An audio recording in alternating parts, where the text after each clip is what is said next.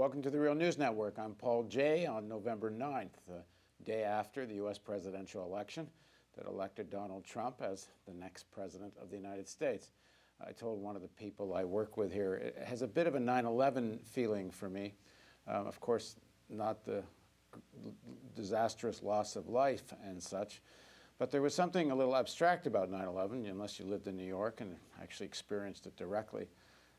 If you watched it on TV, the next day after 9/11 had its own kind of normalcy, but you knew the world had changed, and I think it's true. The world has changed. Not that the Clinton presidency wouldn't have been perhaps a more aggressive foreign policy than Barack Obama, which in itself was an aggressive foreign policy. But we're looking now, I think, at something equivalent to Bush-Cheney on steroids. There's talk that John Bolton might be the Secretary of State. There's talk that Rudy Giuliani might be the Attorney General. Pence himself, the Vice President, who we expect, as we've been saying on the Real News, and some other people have, that Pence was more than not offered the same kind of deal that Kasich was, in other words, to be the most powerful Vice President in history. And Pence patterns himself after Dick Cheney. So he says so publicly. That's his role model. We're going to enter a period of a very hyper-aggressive American foreign policy and domestic policy. And to talk about deconstructing how we got here and what might people who want to oppose this do next. Joining us now from New York is Bhaskar Sunkara. Bhaskar is the founder and editor of Jacobin magazine. He just wrote an article titled "Politics is the Solution. We can't move to Canada or hide under the bed. This is a moment to embrace democratic politics, not repudiate them." Thanks very much for joining us, Bhaskar.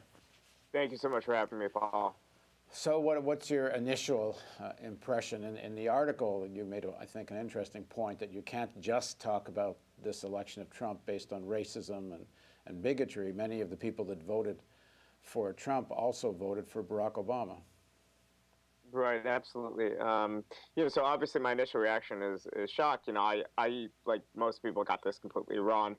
I knew that Clintonism wasn't strong enough to defeat Trumpism in the long term, but I thought that Clinton would be able to eke out this election, particularly given all of Trump's blunders, all of the negative media attention and whatnot. But yeah, and it really can't just be reduced to white nationalism, to racism, to bigotry.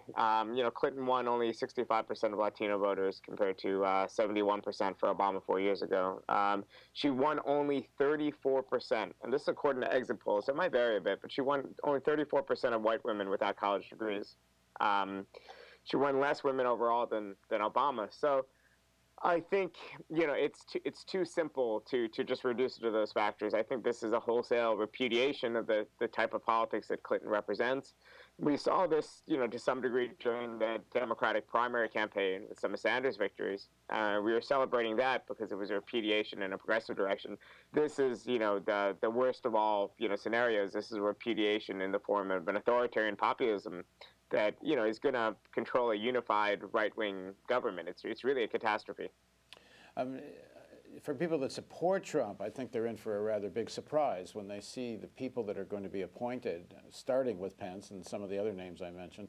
It's actually going to very much look like the old Bush administration, the Cheney part of that Bush administration particularly. And one of the appeals of Trump for these people was his repudiation of Bush. And his repudiation of the Iraq War and such. He's appointing people who were very much for the Iraq War.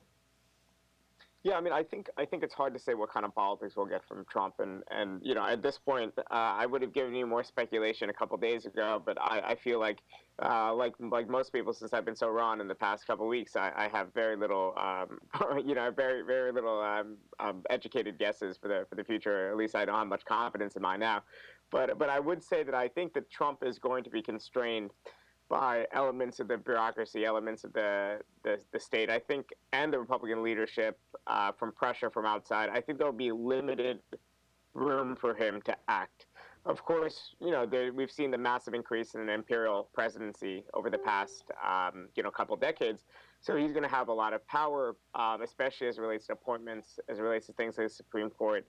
as it relates to things like the National Labor Relations Board. You go down the list, it's going to have a very negative effect. Climate change, of course, but I'm not sure this is necessarily going to lead to policies that are more radical than, let's say, if Ted Cruz was in power. So I'm not sure this is a kind of definitive break with traditional right-wing Republican policies and presidencies of the past. Well, I don't know what one calls traditional right-wing Republican policies anymore, but I think if you look at Pence and what he represents and his foreign policy views and domestic views, and you look at the people that are being talked about for his cabinet, apparently there's some, I don't know how real this is, but according to Politico, there's actual serious consideration of Sarah Palin being in the cabinet, perhaps as the Interior Secretary. This is the far hard right that's coming to power with Trump, and I think there's a very important thing here that happened when Pence becomes vice president. This is Trump's deal with this section of American capital and section of American politics. And Trump is, I've been saying this on the Real News, I think Trump is a stalking horse for Pence and that group. I don't think it is about President Trump. It's about Vice President Pence and the people that will be built around him.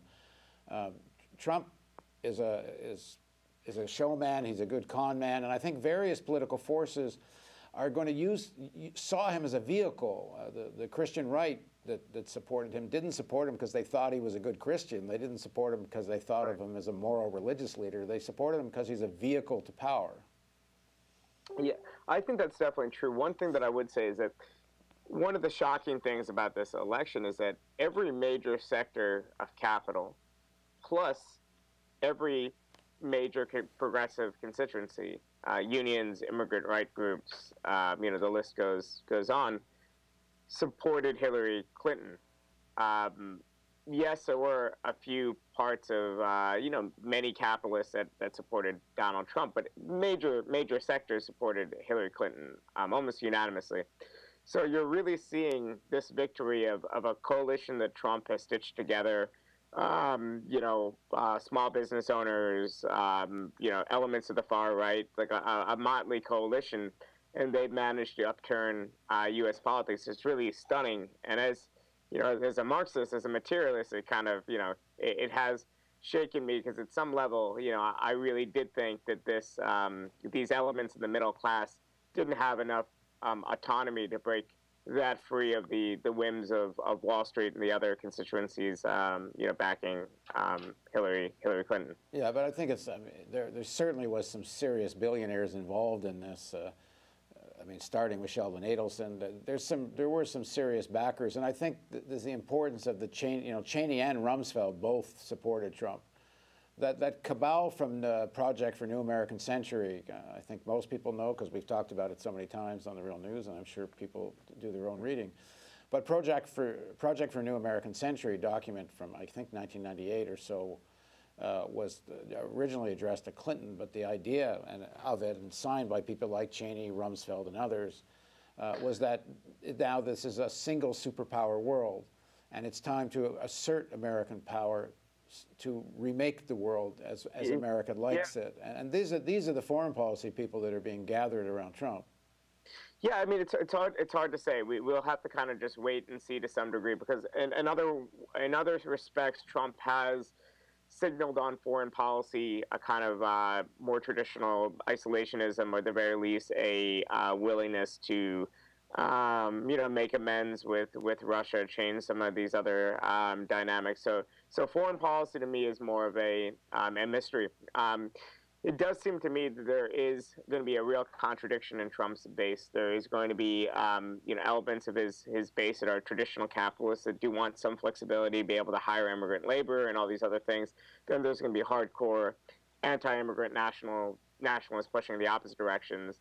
There's going to be, there's so many contradictions in his base. I think we have to wait and see which sectors and which elements he favors over the other. We have to wait to see what the prerogatives of people like Paul Ryan is and how that interacts with the Trump agenda. But the bottom line is that the next 4 years are going to be dark, and this country is going to be in a much worse position than even it is now. Working people are going to be in a much worse position The environment's going to be further along, the edge of the cliff. It really is a disaster for all progressive constituencies.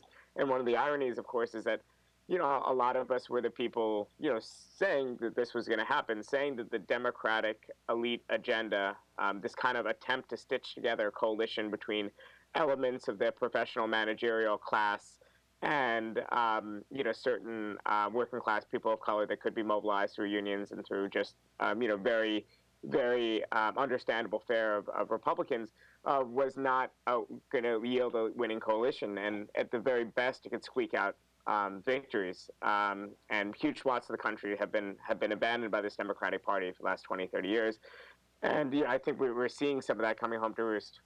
I did an editorial 4 or 5 years, maybe even 6 years ago, about 3 years into the Obama administration. It was titled "7 Ways Barack Obama Has Resuscitated the Republican Party," and I went through various things, including not charging Bush Cheney with war crimes and Rumsfeld and other things, and certainly after the economic meltdown, the way that meltdown was dealt with, letting a Goldman Sachs finance team from Wall Street handle the crash. Yep. In a way that everyone knows this number, but it bears repeating over and over again, where 90% of the post-07-08 increase in income went to 1% of the population, and of course the consequences of that for ordinary people. Barack Obama is still, even in that rally the night before the election in Philadelphia, talking about the achievements of his administration. Unemployment has gone down and incomes have gone up a little bit. Utterly in a bubble, like defending his legacy, completely detached from the extent of the anger out there. And of course, Hillary, wants to defend that legacy. Yeah, I mean, there is a segment of this country, our elites, but many others in the managerial classes who, for the last 4 years, the last 8 years, have gone pretty well. Things are stabilizing, things are looking up. They had reason for hope and optimism. So that's why they put this line countering Trump, and they said, America's already great and never stop being great. And in a way, you can understand the appeal of that line from just the standpoint of glib sloganeering. But if you think about how much ordinary people are suffering across this country, it really comes off as out of touch. And I think this is just a perfect microcosm for what happened, this election. The Democrats at best have been able to offer people a few things on the margin here and there, maybe some, meaning and deserved expansions at the level of social inclusion and things like that. But they have not pursued politics for decades that challenge the prerogatives and interests of capital in order to actually make a difference in working people's lives. And I think there's plenty of reason why, not that people would necessarily all vote Trump, but a lot of people would stay at home or be not enthused to get behind a candidate like Hillary Clinton. And that's the reason why turnout was down among groups like African Americans that people just assumed because Trump was so reactionary that they would just turn out, even if the Democrats weren't actually catering a program built around the real, economic, needs and unemployment in those communities. Right. What do you think happens now in the Democratic Party? The Sanders, insurgency, some people called it the Sanders movement. It seriously challenged Clinton, and if many people think if the campaign gone on a little longer and he learned some of the lessons of what the weaknesses of that campaign were, he might even have won. He opened up a whole new territory in terms of being able to raise money on the internet and contend with billionaire money in a way that no one ever imagined possible, certainly never done before.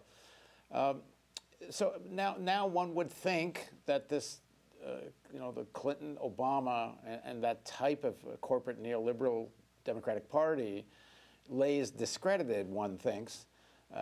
So what happens next in terms of this, movement, which I've said before in the air, I don't think it leads to transforming the Democratic Party. It might lead to a significant split in another party, a new party someday. But where do you think that's at now? Well, Paul, I agree with you on that substantive point. And I also don't want to discourage people, viewers who are going to join us in this kind of project and this kind of politics.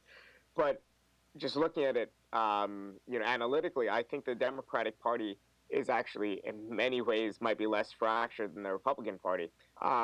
If you look at the Democratic Party went into the election relatively together, even with Sanders and with the lion's share of his supporters, maybe with low levels of enthusiasm, but together.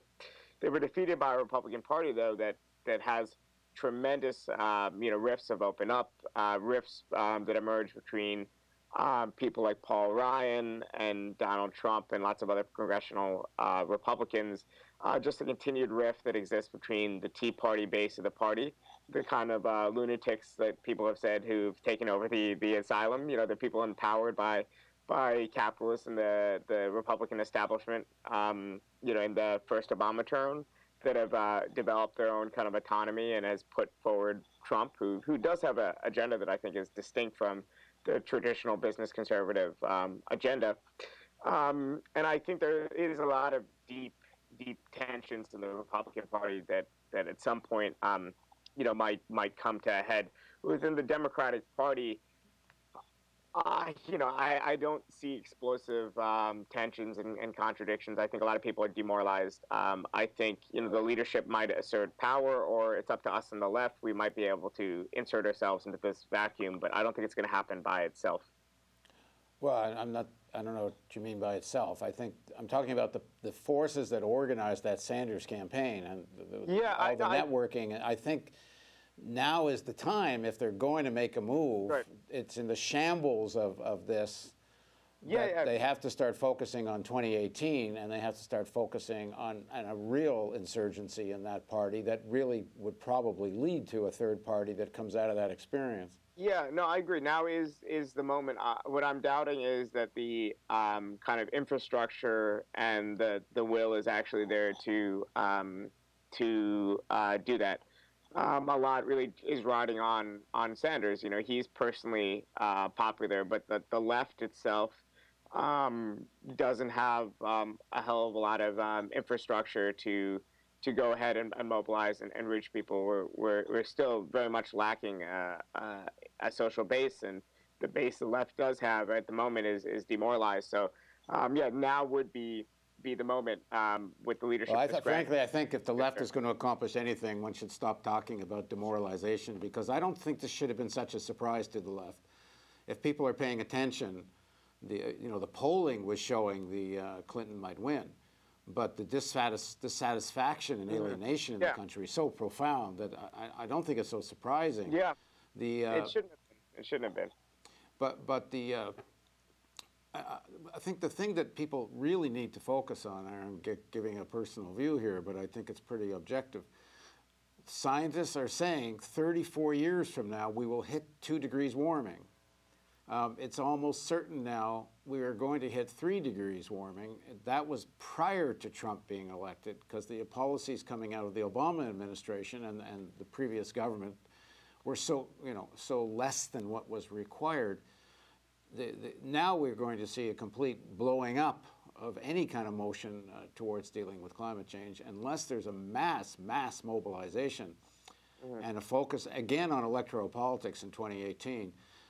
If these issues don't converge now, climate change, the issue of fighting police brutality, people's rights in all kinds of ways, including workers and economic rights and such, if all the various oppositional movements don't converge now in a broad front, and not only about climate change and these other issues, I don't see how this administration, the Trump administration, the economic, shit is going to hit the fan, and they have aggressive ambitions in terms of foreign policy. There is very likely to be significantly more war. There's a small window here, when people need to not be discouraged in this moment. There's never been a moment in recent history that more requires people not to be demoralized and to build a very broad front here. Yeah, no, absolutely. And I think part of this is a kind of adopting a tone and a discourse that says that, we are the people with mainstream ideas. We're the people with the ideas, and I'm saying broadly the Bernie Sanders left, people to his left that supported him, that actually could have won this election.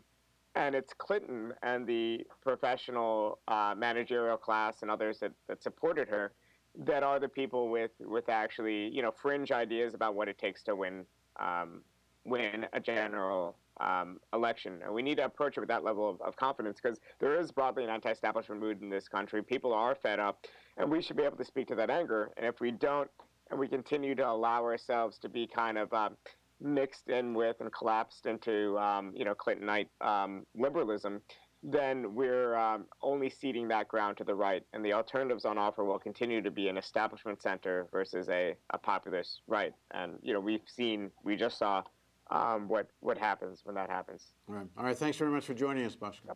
Thanks for having me. Bye. Thank you for joining us on the Real News Network.